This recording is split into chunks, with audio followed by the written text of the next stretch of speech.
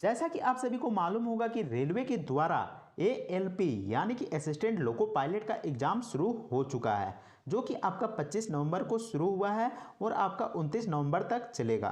तो इसके बीच जितने भी इंपॉर्टेंट क्वेश्चन आएंगे उसी से रिलेटेड मैं यहाँ पर सवाल लेकर आया हूँ। तो यहाँ पर एक एक क्वेश्चन बेहद इंपॉर्टेंट रहने वाला है, तो आप वीडियो को जरूर पूरा देखिएगा। तो चलिए वीडियो को शुरू करते हैं। पहला सवाल में पूछा गया कि माइक्रोचिप बनाने के लिए किस धातु का प्रयोग किया जाता है। तो माइक्रोचिप बनाने के लिए सिलिकॉन धातु का प्रयोग किया जाता है। पूछा जाता है कि आखिर सिलिकॉन किस धातु के अंतर्गत आता है। तो सिलिकॉन अर्धचालक के अंतर्गत आता है, अर्धचालक, जिसे सेमीकंडक्टर भी कहा जाता है। अगले क्वेश्चन में पूछा गया कि दलदल एवं धान के खेतों में इनमें से कौन सी गैस उत्सर्जित होती है। तो जो दलदल और धान के खेत होते हैं उसमें से मीथेन गैस निकलता है। मीथेन गैस को मार्स गैस भी कहा जाता है, मार्स गैस। इसके अलावा इसका फॉर्मूला की बात की जाए तो इसका फॉर्मूला होता है CH4। अगले क्वेश्चन में पूछा गया कि बड़ी माता के टीके का आविष्कार किसने किया था। तो जो बड़ी माता का टीका होता है उसका आविष्कार एडवर्ड जेनर ने किया था। अगले क्वेश्चन में पूछा गया कि निम्नलिखित में कौन से दो क्षेत्र भारत के प्रमुख जैव विविधता स्थल है। तो इसका जवाब हो जाएगा पश्चिमी घाट और पूर्वी हिमालय। इसके अलावा क्वेश्चन में पूछा जाता है कि जैव विविधता दिवस कब मनाया जाता है। तो जैव विविधता दिवस 22 मई को मनाया जाता है, 22 मई को। अगले क्वेश्चन में पूछा गया कि निम्नलिखित में कौन सा प्रमुख महिला सेक्स हार्मोन है। तो एस्ट्रोजन जो है वह महिला सेक्स हार्मोन है। अगले क्वेश्चन में पूछा गया कि आवर्त सारणी का आविष्कार किसने किया था। आवर्त सारणी का मतलब यहाँ पर पीरियोडिक टेबल से है, तो इसका आविष्कार किसने किया था। तो इसका आविष्कार दमित्री मेंडलीफ ने किया था। अगले क्वेश्चन में पूछा गया कि भारत की सबसे लंबी मारक क्षमता वाली बैलिस्टिक मिसाइल कौन सी है। तो जो अग्नि 5 है, यहाँ पर अग्नि 5 होगा। जो अग्नि 5 है वह भारत की सबसे लंबी मारक क्षमता वाली बैलिस्टिक मिसाइल है। और इसकी रेंज कितनी है। तो इसकी रेंज है 5000 किलोमीटर से लेकर 8000 किलोमीटर तक। तो जो अग्नि 5 है वह 5000 किलोमीटर से लेकर 8000 किलोमीटर तक अपनी मिसाइल छोड़ सकता है, वहाँ तक हमला कर सकता है। अगले क्वेश्चन में पूछा गया कि काली मिट्टी के बारे में इनमें से कौन सा कथन सही है। तो यहाँ पर ऑप्शन देख सकते हैं। यह मिट्टी कम उपजाऊ होती है, यह दक्षिणी पठारों के अधिकांश भागों में पाई जाती है, या फिर यह यमुना के अधिकांश भागों में पाई जाती है, या फिर फास्फोरस नाइट्रोजन प्रचुर मात्रा में इस मिट्टी में पाई जाती है। तो यहाँ पर कौन सा कथन सही है। तो कथन नंबर बी यानी कि आंसर नंबर जो बी है, यह दक्षिणी पठारों के अधिकांश भागों में पाई जाती है, यह आपका सही जवाब हो जाएगा। इसके अलावा जो काली मिट्टी होती है वह धान की खेती के लिए और कपास की खेती के लिए काफ़ी अच्छी मानी जाती है, और इसमें प्रचुर मात्रा में ह्यूमस पाया जाता है, ह्यूमस पाया जाता है। अगले क्वेश्चन में पूछा गया कि निम्नलिखित में कौन सा सेंट्रल प्रोसेसिंग यूनिट का एक घटक है।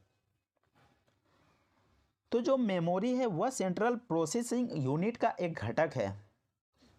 इसके अलावा जो माउस मॉनिटर कीबोर्ड है वह एक्सटर्नल पार्ट है।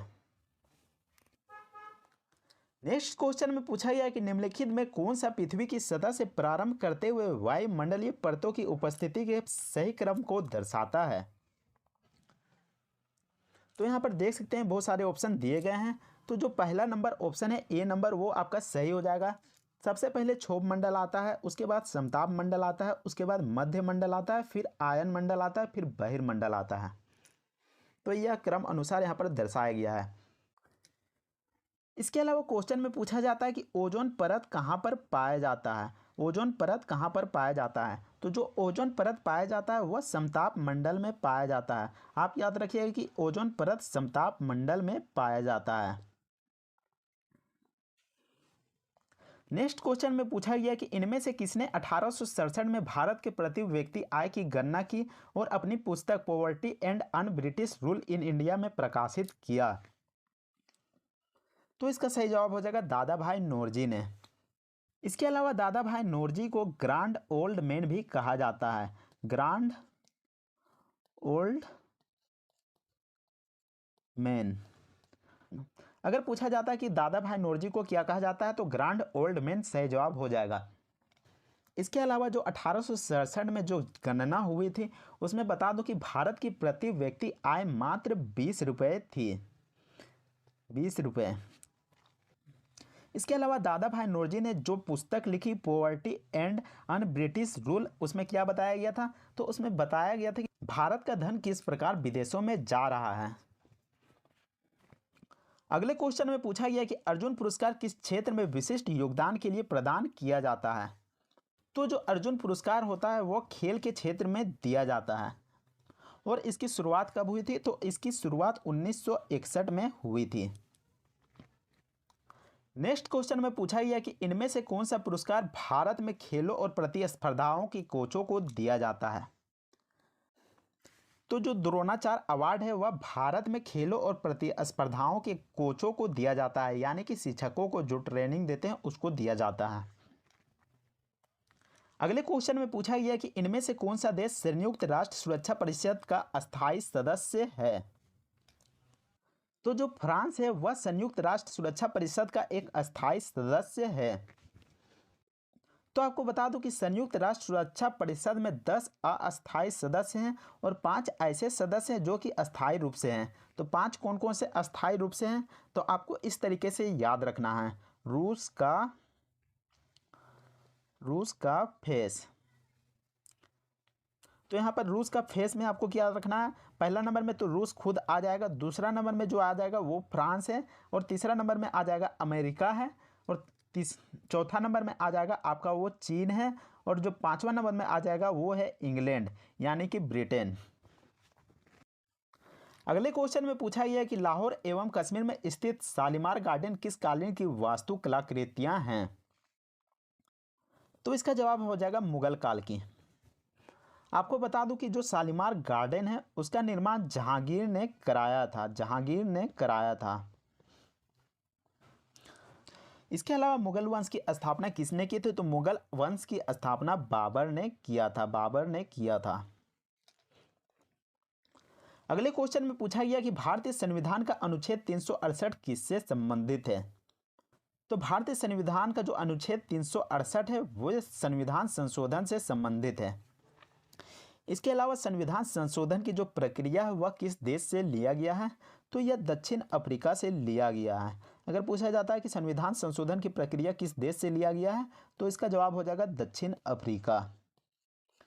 इसके अलावा यह भी पूछा जाता है कि संविधान संशोधन पहली बार कब हुआ था, तो यह हुआ था 1951 ईस्वी में। अगर क्वेश्चन में पूछा जाता है कि संविधान संशोधन संविधान के किस भाग में है, तो यह भाग 20 में है।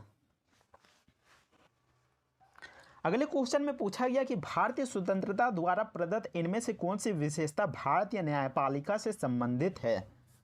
तो यहाँ पर ऑप्शन दिए गए हैं। उच्च न्यायालयों के न्यायाधीश चुने जाते हैं, न्यायिक स्वतंत्रता, न्यायपालिका की सर्वोच्चता, प्रत्येक राज्य का अपना उच्च न्यायालय है। तो इसका सही जवाब हो जाएगा ऑप्शन नंबर बी, न्यायिक स्वतंत्रता। अगले क्वेश्चन में पूछा गया कि अकबर द्वारा निर्मित पंचमहल कहाँ पर स्थित है।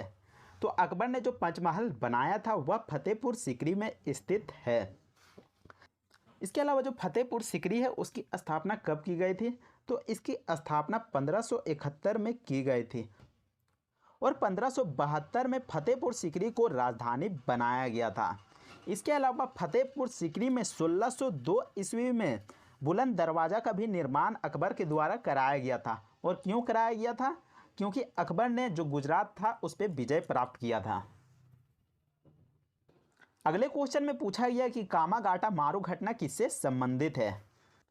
तो जो कामागाटा मारू घटना है वह भारतीय स्वतंत्रता संग्राम से संबंधित है और ये भारतीय स्वतंत्रता संग्राम से कैसे संबंधित है, तो बात है 1914 की, जब कनाडा से भारतीय जवान जहाज की मदद से आ रहे होते हैं।